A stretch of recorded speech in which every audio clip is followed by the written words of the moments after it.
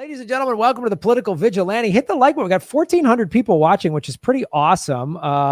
And we've got, how many likes do we got? 700 likes. Well, that's inadequate, folks. You are failing as a viewership. So get the like button, get the likes up to at least 1,000. We shouldn't be at 50% likes of viewers. That's not good. So be good, YouTubers, and hit the like button. And also thank you to everybody who's watching also on Facebook and Rockfin. So I'm joined here by Whitney Webb. Whitney, you've been doing a lot of great work.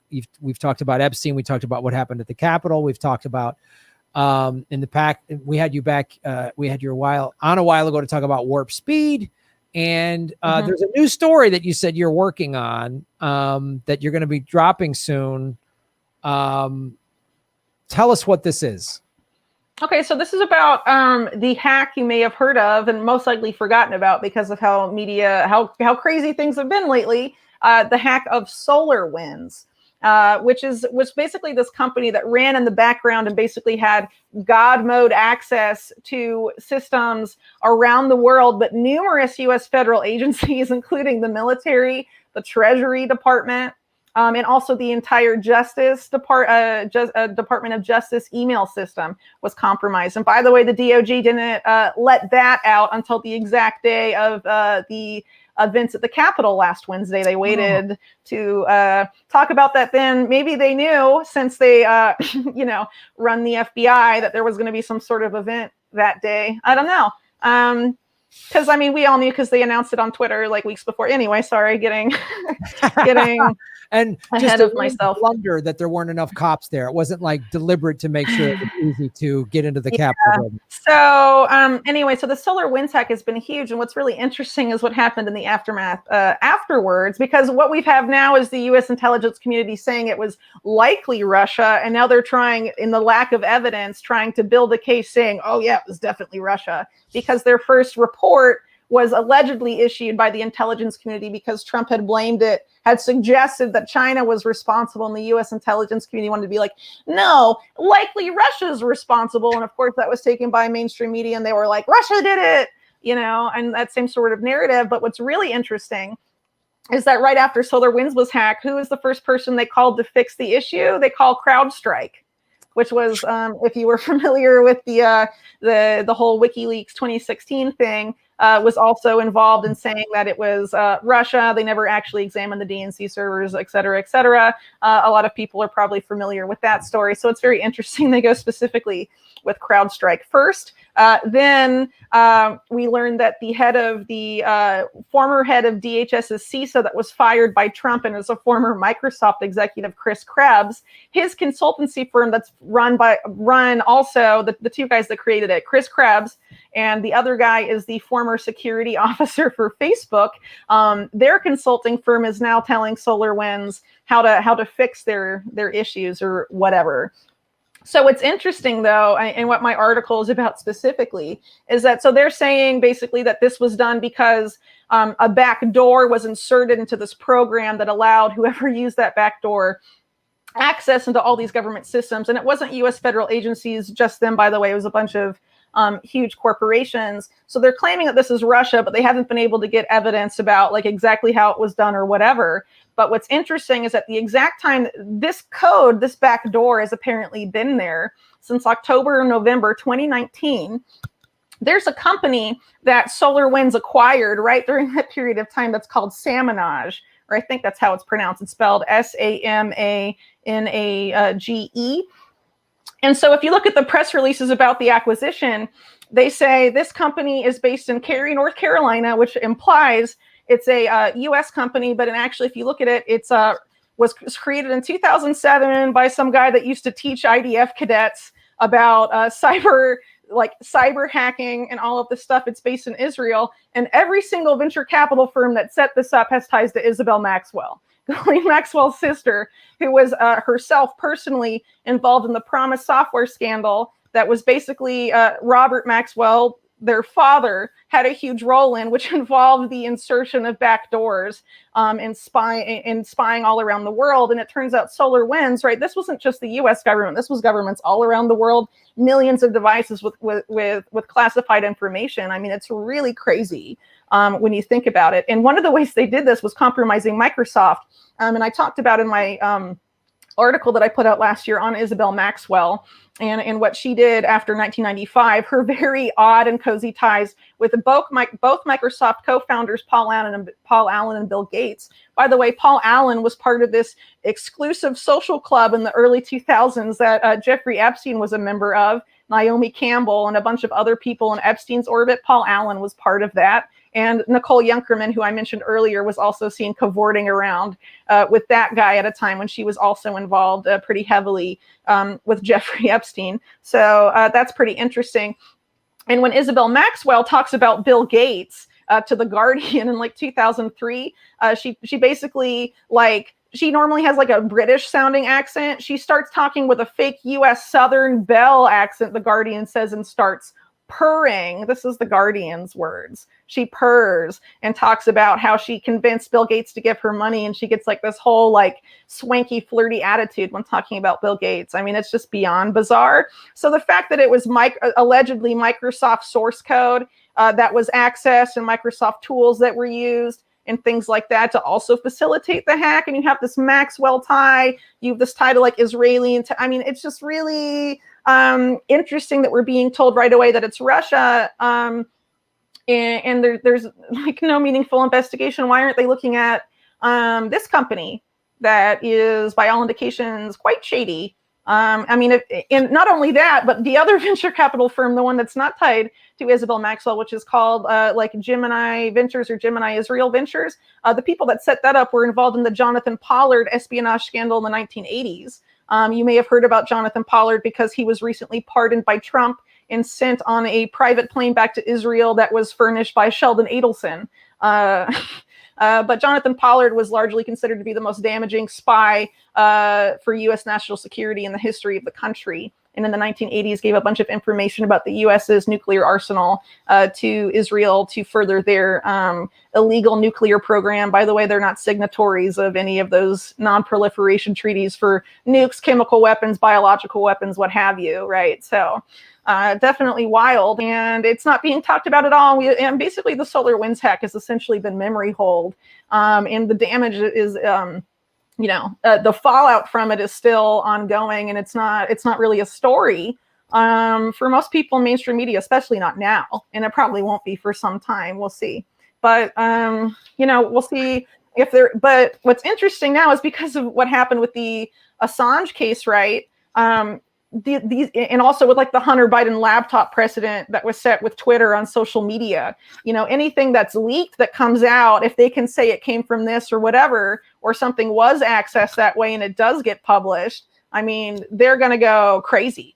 Like all the different efforts to go after publications and stuff like that we saw previously could get really wild. And I think it's also interesting too, the timing of this and the claim that this laptop containing national security information was allegedly taken from the Capitol is interesting, because if leaked information does come out and it happened to have been acquired during the SolarWinds hack, they can blame it on the theft of this computer and be like, oh, it's the QAnoners that did this or something. I mean, I think we could see this play out a couple different ways. This last part, again, I'm speculating, right? But I have a feeling that a lot of the stuff that happened with SolarWinds and them trying to blame it on a nation state, there's been this claim too that a lot of the with this domestic terror narrative we were talking about earlier, that they were trying to set up this claim that there's going to be a cyber attack on the U.S. by a nation state, and they'll be assisted by domestic terrorists. So we've heard in the mainstream media narrative for 4 years that Trump worked with Russia, blah, blah, blah. So what better way to say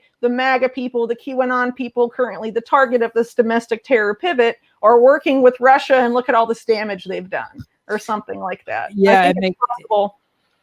It totally makes sense. I mean, because the thing that's, and why this is, so the Russia hack the 2016 election has been completely debunked. It's preposterous. Yeah. And they were saying, I literally did a video showing a woman from CBS 2 weeks before the election saying Russia's hacking, they're meddling again. And then when Biden won, it's like, oh, we don't talk about Russia anymore. So I guess Russia just they couldn't figure out how to hack this election. So, or only down ballot races where the corporate Democrats lost, that those are the only races they could hack. Well, here's the other weird thing, right? So there was this center set up by DHS and had it was an interagency effort, and also had Silicon Valley companies, including Google, on it that was in place before the election to keep the election from being hacked. And election day wasn't hacked, right? But then that day, this Chris Krebs guy, who was in charge of that center at the time before he was fired, said election day is halftime. We're going to stay open another month, which means when he made that announcement, that meant they were going to close the 15th. The SolarWinds hack happens on December 14th. And then Chris Krebs comes around and is now advising SolarWinds. I mean, it definitely seems a little too convenient for these people. But I think this whole theme of cyber attacks and we're in us being told it's this nation state or that nation state, we have to pay a lot of attention to that, because the same people that were saying there's going to be election chaos in 2020, it's going to be the end of U.S. democracy and all of this stuff, we're also saying get ready for a huge nation state hack that's going to take down the U.S. power grid and stuff like that. And then recently we have like this power outage in Pakistan and apparently parts of Iran as well. We have people like the World Economic Forum, Klaus Schwab. By the way, Isabel Maxwell is the World Economic Forum's technology pioneer. And the other backer of the Salmonage company I was talking about earlier is Salesforce, headed by Mark Benioff, who is on the World Economic Forum Board of Trustees and the inaugural chair of their Fourth Industrial Revolution board is set up in San Francisco, right? And so the head of the World Economic Forum, Klaus Schwab, has said after COVID-19, there's going to be a cyber pandemic, a digital pandemic, meaning a pandemic of cyber attacks that are going to target the financial system, specifically the very financial system that's due to collapse because of all the crap that's gone on over the past several years and the crazy money printing that happened last year that was used to bail out and give a bunch of free money to corporations and not to the American people. And we can't even get a stimulus check, right? And all of this was going on. So how convenient for all these banks that have been overexposed for years, really, ever since the 2008 financial crisis, which, they just inflated another bubble to sort of try and make that crisis go away, right? That bubble has to pop at some point. How convenient for them that they're saying, oh, this cyber attack's going to come that's going to target the financial industry soon, when that very industry they know has to collapse at some point just because of, math and what's been done to the economy and the monetary system. Yeah, and it also goes, and the whole blaming Russia thing is hilarious to me. When Edward Snowden said in 2013 they came up with software that they could put in to make it look like Russia hacked something. Yeah, well, that was actually Vault 7. That was WikiLeaks, not Snowden. Right. Sorry, you're right. But yeah, so that's already been uncovered. That they can do this. So it's like how anyone can believe this, and it's just like whenever in doubt, whenever there's a problem, just blame Russia. And they were trying to. I even heard some corporate media in this last couple of days since the Capitol of siege or whatever you want to call it, saying, "Oh, this might have ties to Russia." Like they're already. Well, also it's Iran. The other one they're trying to say is Iran. Like that crazy senator who thought the Wednesday's events at the Capitol. She came out a day or two ago saying, "Well, when that was going on, I thought it was the Iranians invading DC." What? I mean, on what planet does that lady live on? Or is she trying to sort of like set up this thing that Iran is the boogeyman? And then we have Mike Pompeo today saying Iran's the new home base for Al Qaeda. Anyway, a lot of these people that were saying the 2020 election is going to be crazy and all of this stuff were also saying Iran's going to hack this and Iran's going to hack this. And that was being set up by Microsoft, some of these tech companies that are obviously fronts for intelligence. We're all saying Iran this or Russia this. It's going to be Russia and Iran, maybe China. All of these, the convenient adversary states of the U.S. right now are going to be the people responsible for this. And I'm really glad you brought up the Vault 7. This tool the CIA has had where they can put fingerprints of several nation states to make where the CIA does a hack and make it look like it's another country. This software that is attributed to Iran all the time by mainly Israeli cybersecurity interests who want a war with Iran. So I'd take what they say with a grain of salt. But anyway, they point to this program that's called Shamoon that's supposed to be like a malware program developed by Iran. If you look at the Vault 7 release in the types of fingerprints that the CIA has to plant in hacks they conduct. Shamoon is right there, and several things attributed to Iran right there. So, going forward, if there is some sort of power grid thing or hack, and we're told it's Iran, we're told it's Russia, we have to remember this stuff. It's going to be used to, one, stress us out. If the power grid goes out, I mean, that's hugely stressful. It's not going to be easy to access the internet. And so it'll probably be radio, or it'll be mainstream media we'll be hearing. And they're going to be telling us certain narratives about what's going on.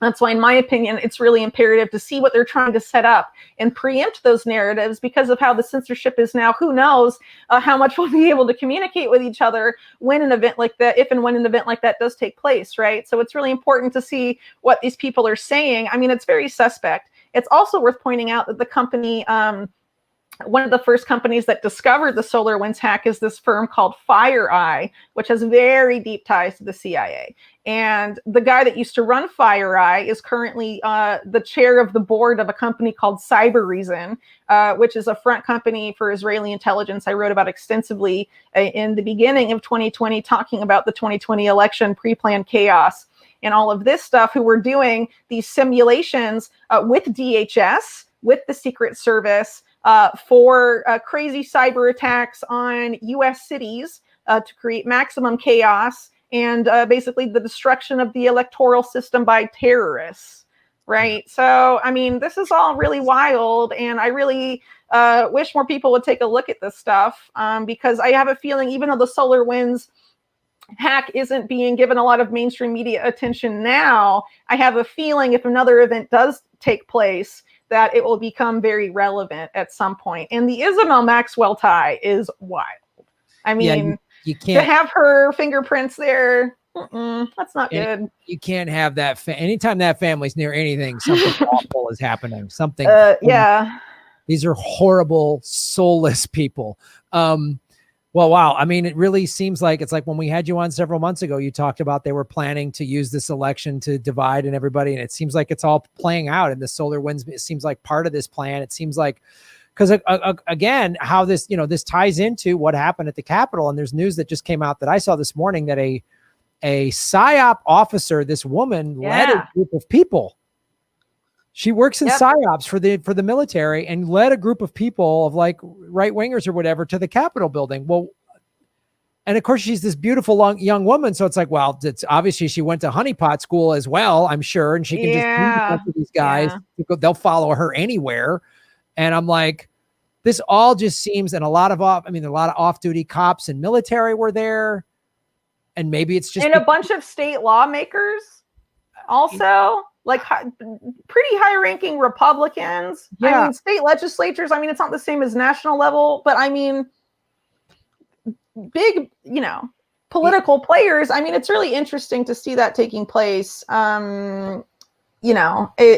definitely surreal, and it's definitely an event that I think we really need to examine really closely, because, as we've talked about today, I mean, it's a very complex event, and there's a lot of question marks, and I think that all deserves really thorough examination before we support any sort of legislation or any sort of solution that we're being told we need because of last week's events. We really need to think about this stuff critically, because I mean, if you boil down the mainstream media narrative, a lot of what they're saying doesn't really hold water in a lot of cases. And if they're saying we have to have accountability to move forward, let's start with the DC police.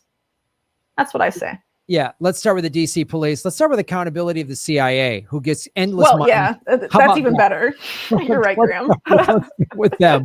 Let's start with accountability of the NSA. But remember, too, there's a bunch of congressmen, Democratic congressmen, that are ex-CIA analysts and ex-CIA people. And one of them I tweeted about recently, her name's Elisa Slotkin. Right after Wednesday, she was basically like, the post 9/11 era has ended because of Wednesday's events, and now we're entering a new era that's all about domestic terrorism.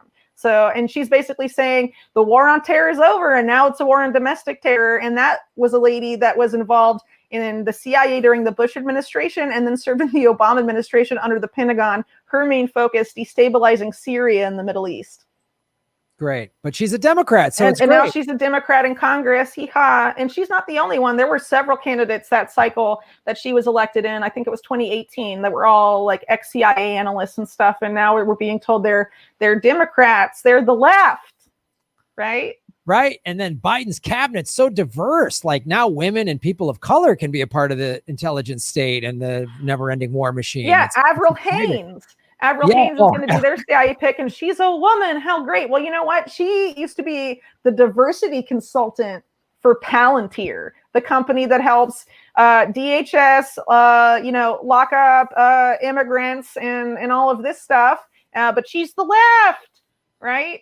Yeah. Hey, diversity. Palantir is run by Peter Thiel, who thinks the U.S. should be ruled by an absolute monarchy and that freedom and democracy are not compatible. That's who she works for. Or worked for. I guess she allegedly left that position when she joined the Biden campaign. But I don't think these neoliberals, which are the real barrier to real lefty progressive stuff happening, they're the ones that get in the way. I don't think these Vote Any Blue Will Do neoliberals realize how much authoritarian censorship and fascism is coming under the Biden campaign. Well, let's talk about neoliberalism for a second. I mean, what does that translate into? Half the time, pretty much all the time, it's public-private partnerships. We were talking about what is fascism earlier, how a lot of people define that, right? The merging of the private sector and the public sector. What's a public-private partnership? I'd call it a fascist partnership, in a lot of cases. So neoliberals, I mean, maybe we should stop calling them that and just start calling them fascists so we can start to identify who the real problem, troublemakers are for the United States as a country, instead of, because I mean, the neoliberals are telling us, oh, those people are the fascists, but they agree on so much. Maybe we should just start using the same term for all of them, and that might simplify things for people. I like this rebranding, Whitney. I think it's a great marketing. Well, like here's one example. So one of the people that Biden's going to put in his State Department is Victoria Nuland, who was in this State Department under Hillary during the Obama administration and was involved in the 2014 coup in Ukraine. But before that, she was Dick Cheney's foreign policy advisor. I just want to interrupt this for our audience.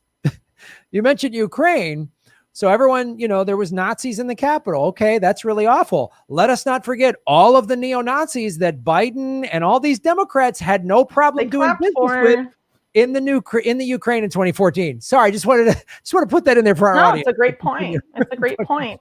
And that's why the narrative about Wednesday is so dependent on Americans' ignorance of U.S. foreign policy. Because if Americans really knew the stuff done in their name abroad, there's no way that this thing of, oh, this was a coup attempt, this was insurrection, I mean, it would be really hard. I mean, it's not an insurrection or a coup attempt when the people that are supposed to be protecting the Capitol let you inside. Yes. In that case, the insurrectionist or the coup attempt are the DC police, right? So, I mean, why aren't we being like, the DC police need to be held accountable? I mean, that would make sense first before going after the people they let inside. And that they, in some cases, in some videos, are shown signaling come inside, wanting them to come inside. Yeah. Right. I mean, if you look at what happened in Maidan, right, in Ukraine, and I mean, it's really telling. But most people in the U.S., majority of Americans don't even, they probably can't even find Ukraine on a map. I mean, most Americans can't find Afghanistan on a map, and we've been there for 20 years. Yeah. I mean, they need us to not know what the United States government actually does abroad or domestically. They need us ignorant, and they need us mad and not thinking rationally, because they benefit and they get to pull the levers of power. But anyway, before we got there, right, I was talking about Victoria Nuland. And so, so she's going to be in the Biden administration. She was in the Obama administration. So you can be like, oh yeah, she's a Democrat, right? That's how they want to paint her. She also used to be a foreign policy advisor to Dick Cheney. And she's married to Robert Kagan, one of the main neocons behind Project for a New American Century, or PNAC. Which is like one of the most notorious neoconservative think tanks ever. Bob Kagan, after PNAC was shut down, created the Foreign Policy Initiative with a big former Romney campaign guy, Dan Senor, also a neocon, and Bill Kristol. right? And, I mean, it's a really good illustration of what I like to call the uniparty, which we saw come together to sort of pre-plan a lot of this election chaos last year, like the Transition Integrity Project being a good example, where you have establishment Democrats working with neocons to sort of game this stuff out, right? And here we are, and we have, basically the same uniparty behind Biden, and now they have like a majority in Congress. I mean, if you think at this point you're going to be able to push the Biden administration left, no, dude. Biden is basically a neocon in terms of policy in a lot of ways. I mean, he's a Republican in any other country, so he's to a be like, Republican here. He has Republican. He should be. Well, they don't call him that. They really should, though. Yeah. It's insane. And the whole, how Americans have been so propagandized, they don't even know what they're saying. When people on the right are like, Joe Biden's a Marxist. A Marxist. That shit is wild. I wish he was a Marxist. Boy, it'd be pretty funny, honestly. But well, Whitney, thank you so much for taking time out and shedding light on all of this. Where can people watch and follow you and see your stuff? All right, so I'm still on Twitter, but I think that ship is going to sail pretty soon. So I have, you can find I have a channel on Telegram on Unlimited. It's called Unlimited Hangout, which is, the name of my site, unlimitedhangout.com. That's also the name of my channel on Rockfin. So between those, that's pretty much where you can find all of my stuff. You can also support my work on Patreon. So I have a podcast. It used to be exclusive to Rockfin, but now it's exclusive really to people that support my work on Patreon or Rockfin. Old episodes, but that's only for the most recent episode, right? So all previous episodes you can also find publicly available on SoundCloud, the Unlimited Hangout channel there, if you are interested. My last podcast, I had Robbie Martin of Media Roots on. We talked about the history of Rudy Giuliani and his protege Bernard Kerik, who are intimately involved in the QAnon stuff right now, and also a lot of the election fraud claim shenanigans following the election, and really setting up a lot of the stuff that led to last Wednesday in some ways, and their history with 9/11, and also some really shady stuff with the anthrax attacks, the occupation of Iraq, among other things. So if you're interested in that, I would encourage you to check it out. Yeah, folks, I cannot say enough about how great Rockfin is, because for $10 a month, you get my premium content, Whitney's, Ron Placone, Jimmy Dore, Lee Camp, Kim Iverson, everybody, a lot of these lefty people, and it's blockchain and it's cryptocurrency, and they don't censor us at all. So, so support what Whitney's doing. She's an indie journalist. And as I say, when I say vote with your dollars, don't subscribe to TYT anymore, because they sold out. And people they're just like MSNBC light. And totally. It's more about Cenk's ego than getting involved in a movement, like Medicare for all. He would never support a movement or a cause. It's just some bullshit Justice Democrats, which is just like, oh, great. Coke Zero. That's what Justice Democrats is. It's Coke Zero. So thank you so much, Whitney. Support what Whitney's doing, and we'll have you on the show soon. Thank you so much. All right. Thanks, Graham. Take care. All right. Bye, Whitney. Bye-bye. Thanks for watching, everybody. Please hit the like button, the subscribe button. Go to patreon.com/Graham Elwood and rockfin.com/Graham Elwood, where you can support the show. Also, I have a Bitcoin wallet, a Bitcoin Cash wallet, and an Ethereum wallet in the show notes. We're taking cryptocurrency. I have a Coinbase affiliation link. We're going to be getting on some other exchanges. So that's how you support the show. Make sure you hit the subscribe button. YouTube is unsubscribing us at an alarming rate. I have a PayPal button at GrahamElwood.com. I even have a Venmo at Graham-Elwood. There's a lot of ways to support our show. We are getting crushed by YouTube. We've dipped under 73,000 subscribers because of YouTube. Thanks for supporting what we do.